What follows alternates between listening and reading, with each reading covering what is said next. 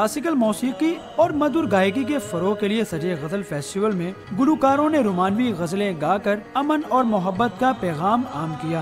तबले और हारमोनियम की सुरीली धुनों ने ऐसा समा बांधा कि शुरा मशहूर होकर रह गए।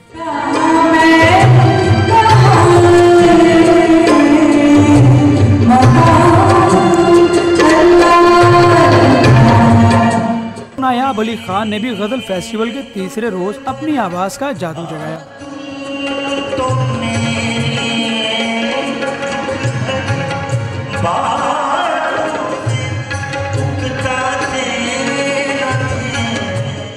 महफिल मौसीकी में जहां नामवर गुलकारों ने सुर बिखेरे, वहीं नौ आमूज गुलकारों ने भी खूब दाद समेटी। कैमरामैन तारिक महमूद के साथ कासिम अरशद, डॉन न्यूज़, लाहौर।